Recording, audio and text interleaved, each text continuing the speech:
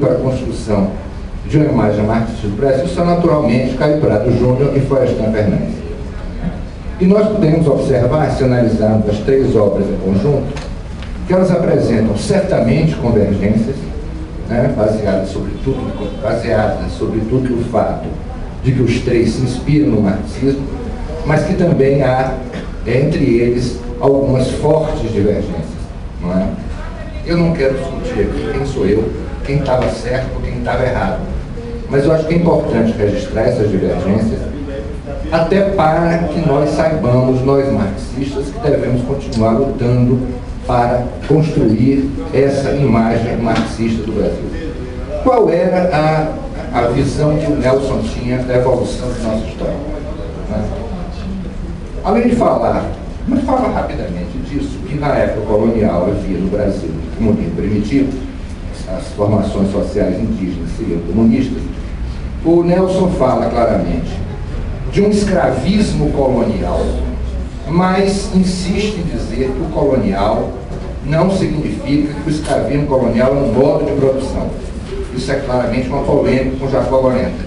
Né? Ele diz que o modo de produção é escravista no geral e tem a particularidade no Brasil de ser um escravismo colonial.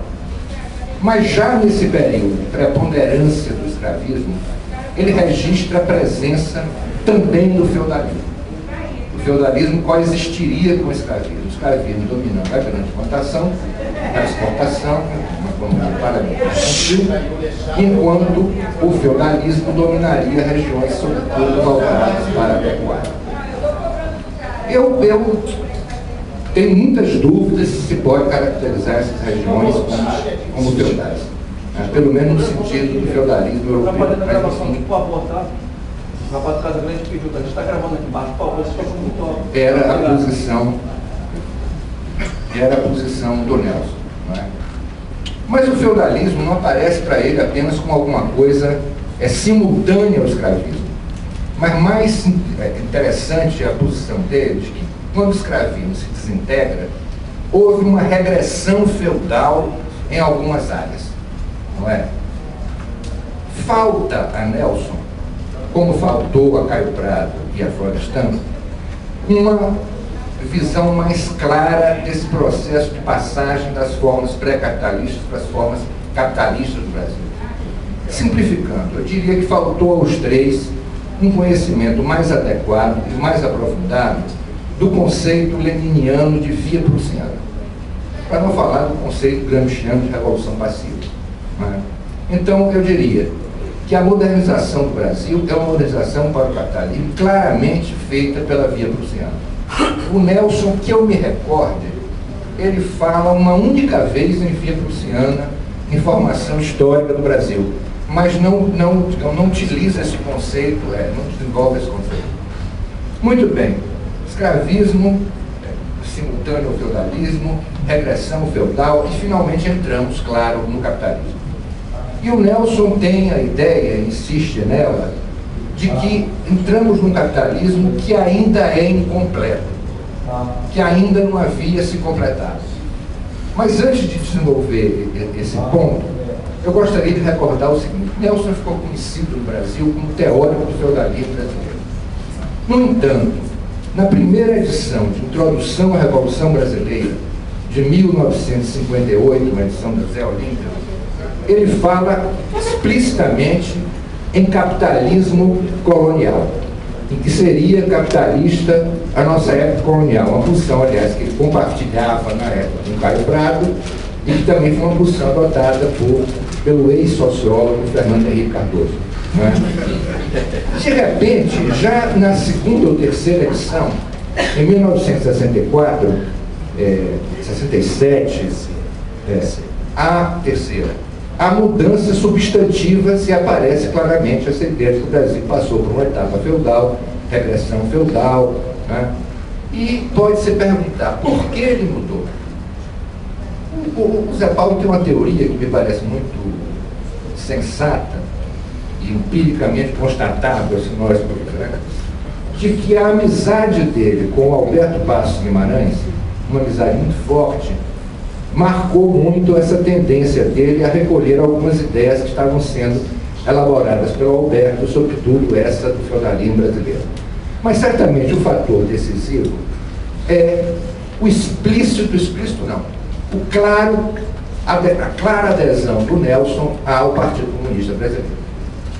A declaração de março é um momento importante dessa adesão, e essas ideias do Brasil como um país semi-feudal, dependente do imperialismo e carente ainda de uma revolução democrática burguesa, eram as ideias dominantes do partido na época e se tornaram, a partir de então, as ideias também dominantes na obra de Nelson Werneck.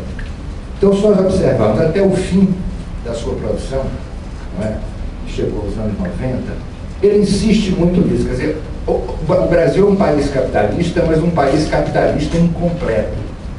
Então, se trata ainda de promover medidas de uma revolução democrática burguesa que ele diz frequentemente facilitará o caminho para o socialismo.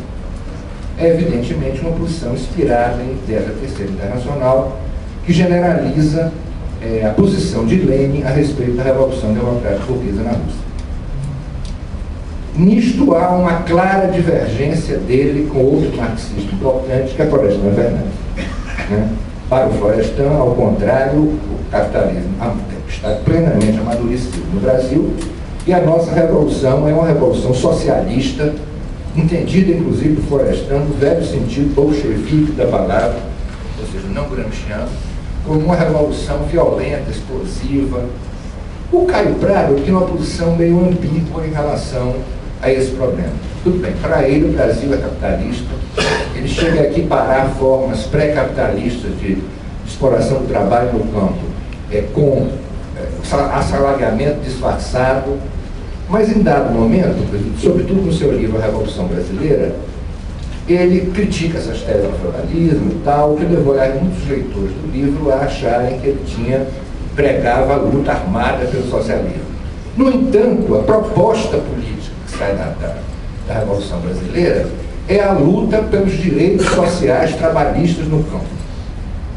Já que não havia camponês, no sentido clássico da palavra, mas trabalhadores assalariados agrícolas, a grande tarefa seria a de sindicalizar e organizar esses trabalhadores com a luta pelos seus direitos. Eu digo isso para mostrar, me parece, como é importante a gente reestudar esses três importantes autores, também Ottaviani, que tem contribuições muito importantes com a análise marxista do Brasil. Eu estou pensando em sim, Sérgio Buarque, sem dúvida, mas Sérgio Buarque já é marxista. Infelizmente, nós marxistas sabemos que temos que aprender com os não marxistas também. Sobretudo quando são progressistas, como Sérgio Buarque. Mas eu diria, comparar esses três autores me parece importante, porque uns permitem perceber os limites dos outros. E ao contrário de uma crítica externa, digamos assim, aos três, de um ponto de vista aparentemente superior, nós podemos tentar explorar o que cada um deles tem de positivo, seguramente todos têm, não é? Para continuar desenvolvendo e aprofundando essa imagem marxista do Brasil, para a qual Nelson seguramente contribuiu com grande talento, com grande eficácia, com enorme dedicação, sempre com essa convicção de que não basta interpretar o mundo, é preciso transformá-lo, né? Que todo marxista deve lembrar sempre. E eu diria, para concluir essa minha breve intervenção, que eu sinto muita falta de uma edição crítica das obras de Nelson Werneck Sobral. Infelizmente, os seus principais livros, infelizmente, os seus principais livros estão dispersos em múltiplas editoras, um número muito grande deles esgotado, né? Encontra-se apenas em um frequente estante virtual, do sebo internético. E eu acho muito importante que nós lutemos para que essa edição crítica, não sei se dos 50 e tantos volumes da obra de Nelson, mas pelo menos das suas obras mais importantes, possa ser realizada brevemente. Eu vi que saiu um livro dele por uma editora de Itu. Temo que isso signifique que o livro não chegará às livrarias dos centros mais desenvolvidos. Mas, enfim, é, digamos assim,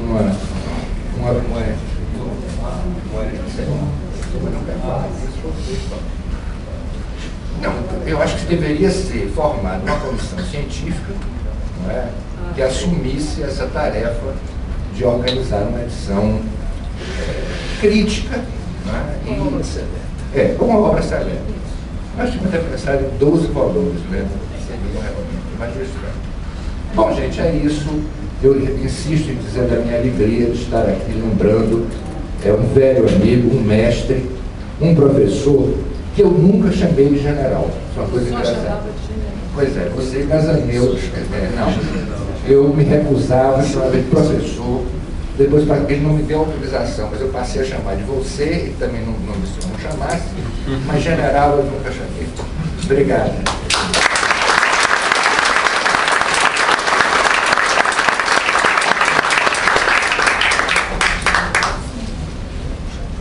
Boa noite.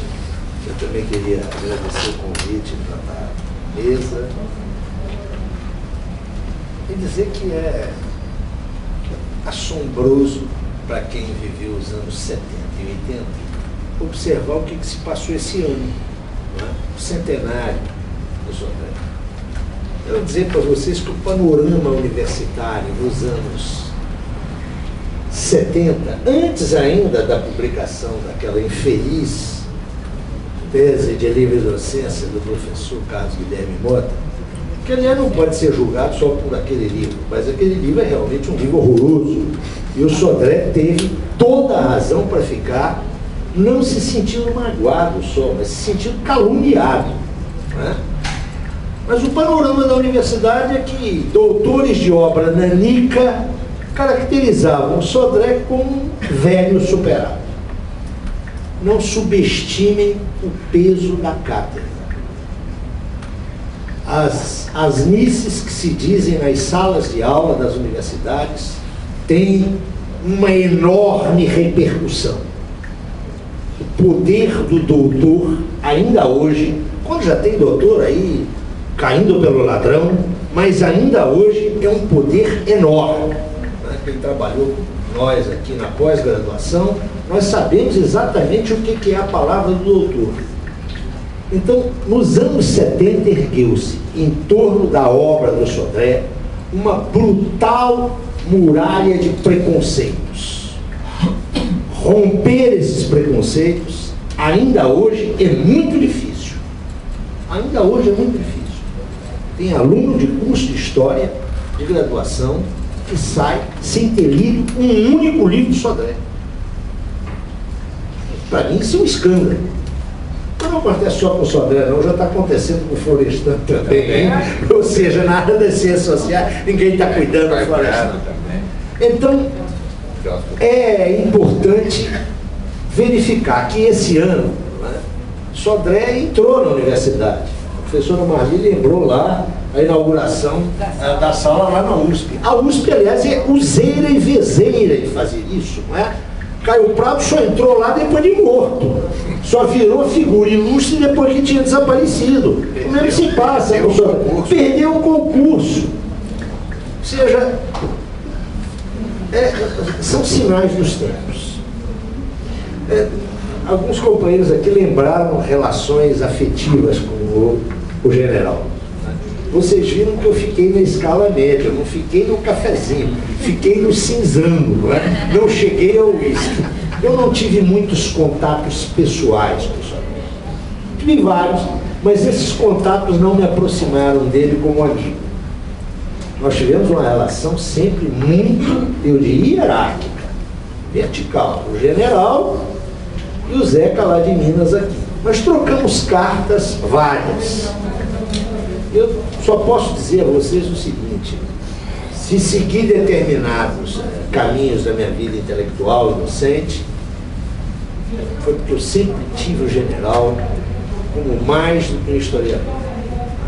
O general, para mim, é o exemplo do intelectual que, solitário ou acompanhado, sobre enfrentar as condições e as situações mais adversas, sem mercadejar suas ideias. Sodré, para mim, não é apenas um exemplo intelectual. é o exemplo de um brasileiro, quero depois voltar